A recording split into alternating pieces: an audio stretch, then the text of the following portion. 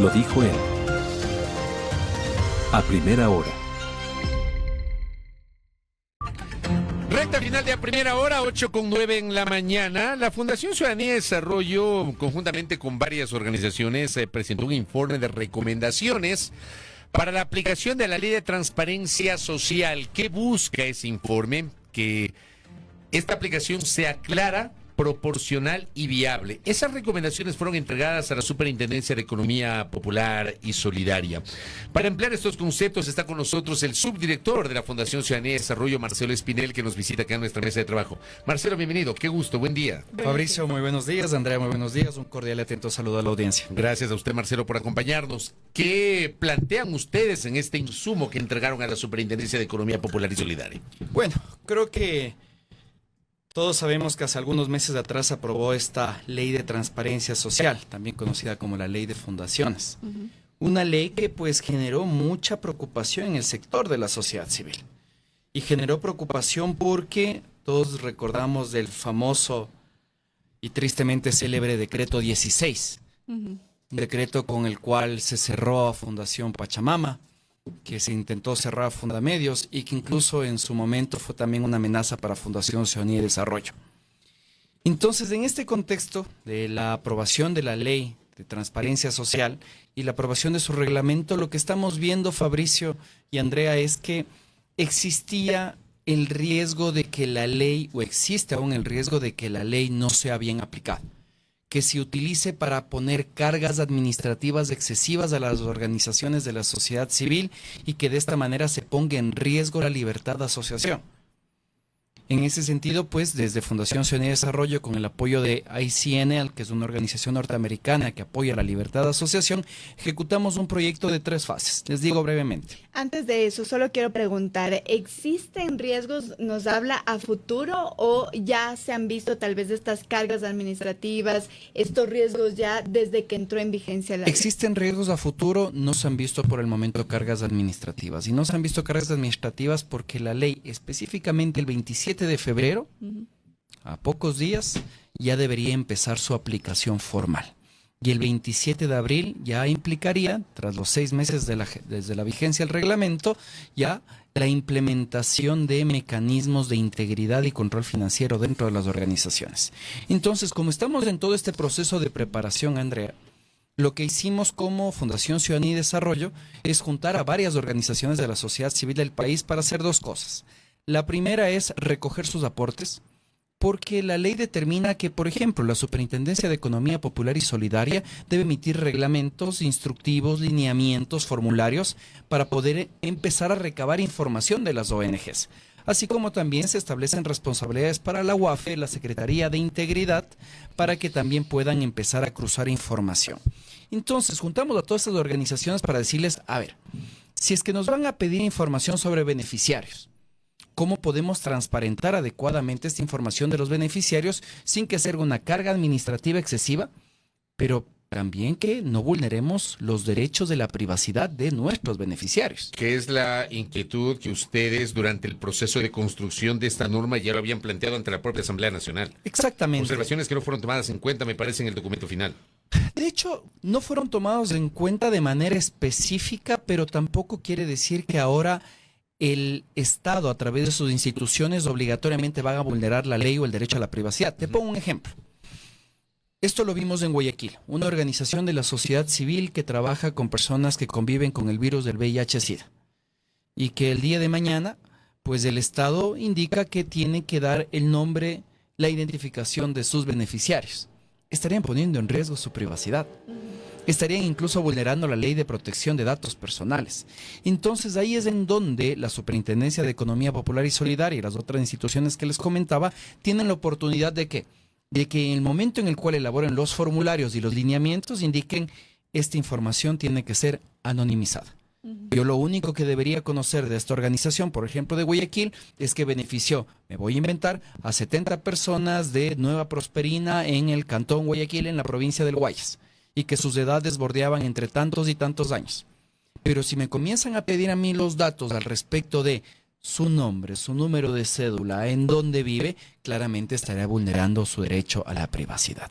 Y esta es una de las recomendaciones que hicimos a la Superintendencia de Economía Popular y Solidaria, que la elaboración de formularios para poder cumplir con las nuevas obligaciones que determina la ley no solo sea acorde a estándares internacionales de derechos humanos, no solo proteja otros derechos contemplados en nuestra normativa, sino que también evite el doble trabajo. Si es que yo ya estoy reportando, por ejemplo, balances financieros a mi ente regulador, que en el caso de FCD es el Ministerio de Educación, que no me pidan otro balance financiero, probablemente exigiendo más información a la Superintendencia de Economía Popular y Solidaria. Y no porque quiera ocultar información, sino para que se pueda generar mayor eficiencia en el reporte, que no se genere un doble reporte, sino que más bien el Estado tenga la oportunidad de hacer interoperabilidad de la información, que la UAF envíe información a las CEPS, que el SRI envíe información a las CEPS y que no las organizaciones enviemos una gran cantidad de información a distintas instituciones públicas que son las depositarias de los datos. Esto y estas reuniones se están haciendo en simultáneo. No sé si ustedes fueron parte de estas 13 organizaciones que presentaron una demanda de inconstitucionalidad a la ley en la Corte Constitucional. Ustedes fueron parte de aquello y esto, como digo, lo están haciendo entonces en simultáneo porque ustedes creen que tal vez no se dé paso a esta demanda. A ver, nosotros no somos parte de quienes presentaron la demanda de inconstitucionalidad. Desde Fundación Ciudadanía y Desarrollo hemos sido muy claros. La sociedad civil es transparente y tiene que rendir cuentas. ¿Están de acuerdo? Es necesario que rindamos cuentas, que entreguemos información al respecto de cómo nos financiamos, que entreguemos información al respecto de qué hacemos con estos recursos. Pero eso ya no se hacía. Sí, o sea, pero no en la medida que ahora ley se está exigiendo. Y en eso hay que ser súper claros. Porque, por ejemplo, la ley ahora exige una entrega de una mayor cantidad de información. Ahora exige también la identificación de quiénes son nuestros donantes, identificar adicionalmente, específicamente, en qué se utiliza este dinero y hacia qué tipo de beneficiarios va. Que creo que es positivo, Andrea. A ver, aquí hay que recordar lo siguiente. Ustedes, pues, lamentablemente, pues, también recordarán como yo el caso de la Fundación para la Pacificación de las Cárceles, que precisamente estuvo involucrada en el caso Metástasis por una señora colombiana que estuvo involucrada. Fundación que se constituyó y comenzó a trabajar durante el gobierno de Guillermo Lasso. ¿Quién la financiaba? Leandro Norero. Entonces vemos cómo lamentablemente se utiliza un vehículo que es la fundación para poder lavar dinero y buscar beneficios indebidos en los centros de rehabilitación del país. Y sin duda pueden existir un montón de organizaciones, o tal vez muy pocas, que lamentablemente hayan sido infiltradas por economías ilícitas. ¿Y cómo regulamos eso? ¿Cómo controlamos eso? ¿Cómo determinamos que efectivamente se constituyeron estas fundaciones para ese fin? Que obviamente es camuflado, ¿no? Pero están ahí. Y para esto está esta ley de transparencia social. ¿El punto cuál es? Es que si es que se establecen los controles adecuados, proporcionales y progresivos, pero sobre todo se genera interoperabilidad de datos dentro del Estado, esto se puede identificar. Aquí yo creo, Fabricio, que hay que recordar que el Estado cuenta con toda la data que permite identificar transacciones irregulares. Pero si es que lamentablemente no se está generando esta interoperabilidad de información, difícilmente se puede identificar posibles lavados de activos. Ojo, y aquí sí quiero hacer un disclaimer. La Ley Orgánica de Transparencia Social en materia de integridad de rendición de cuentas se ajusta a estándares internacionales. FCD es parte de una organización internacional que se llama Rendir Cuentas, que precisamente lo que busca es implementar este tipo de prácticas. Pero, y aquí viene el gran pero, se incluyeron normas en la Ley de Transparencia Social que podrían poner en riesgo la libertad de asociación de organizaciones que trabajan con derechos de la naturaleza, sobre todo relacionados a impedir el trabajo de las empresas mineras que puedan estar afectando a, por ejemplo, fuentes de agua. Pero como cuáles, por ejemplo, lo que determina es que si hay una organización que trabaja en temas referentes a minería ilegal, que tiene contacto con personas que trabajan con minería ilegal, que pueden ser financiadas por la minería ilegal, inmediatamente ingresan a un nivel de riesgo alto y pueden perder su personería jurídica. Y hasta ahí lo leemos bien. Pero los articulados también señalan que las organizaciones de la sociedad civil que realicen acciones en contra de concesiones mineras adjudicadas por el Estado también pueden perder su personería jurídica. Entonces le pongo un escenario, Andrea. El día de mañana la fundación Árboles Verdes decide oponerse a la concesión minera realizada en Quimsacocha, porque a pesar de que el Estado está otorgando esta concesión minera, la organización Árboles Verdes considera que se puede afectar los derechos de la naturaleza, los derechos de la salud de los individuos, y dice que esa concesión no va. ¿Qué pasa con esa organización? Disuelta. Entonces veamos cómo también lamentablemente una ley que tenía para mí y para nosotros institucionalmente una buena finalidad, un buen objetivo, que era transparentar el financiamiento, podría ser utilizada para perseguir organizaciones sociales que defiendan la naturaleza. Esto es algo que está siendo controvertido en la Corte Constitucional. Específicamente este punto, personalmente considero que sí, la Corte Constitucional al respecto de este articulado específico que pone en riesgo a organizaciones de defensa de los derechos de la naturaleza, tiene que pronunciarse. Se ha demorado y lamentablemente eso también genera inseguridad jurídica. Y sobre esto hay recomendaciones desde la sociedad civil, sobre eso específicamente más allá, digamos, no sé si es una recomendación que la Corte Constitucional mire y vigile ese articulado, pero más allá de eso, si es que se aprueba y si es que se hace efectivo. Hay recomendaciones dentro del documento que nosotros presentamos la semana pasada a la Superintendencia de Economía Popular y Solidaria, y es que existe lamentablemente articulados como acciones referentes a la obtención de financiamiento ilegítimo, lo determinan en la norma.